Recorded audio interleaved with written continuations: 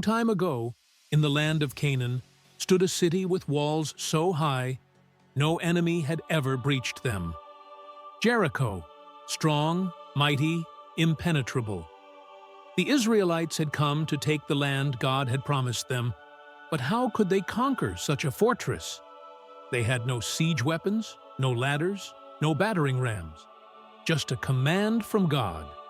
March around the city once a day for 6 days. Say nothing. Just walk. And so they did.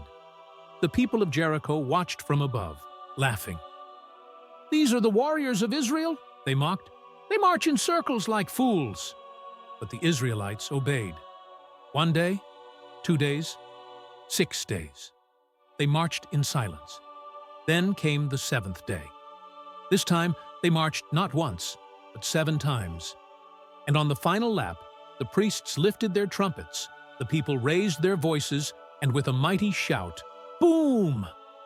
The ground trembled, the walls cracked, and before the eyes of the world, Jericho collapsed. A city that had stood for generations was now nothing but rubble, not by the hands of warriors, but by the power of God. And among the ruins, one house remained standing.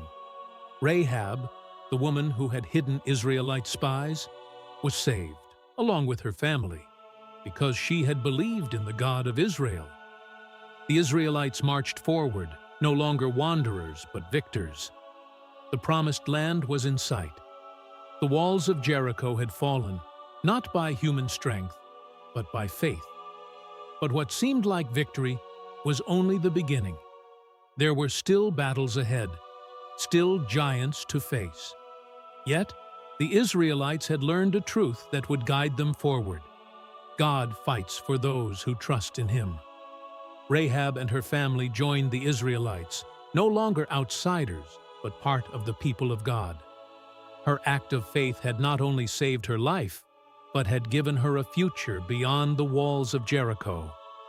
And so, the journey continued. The walls had fallen, but the story was far from over.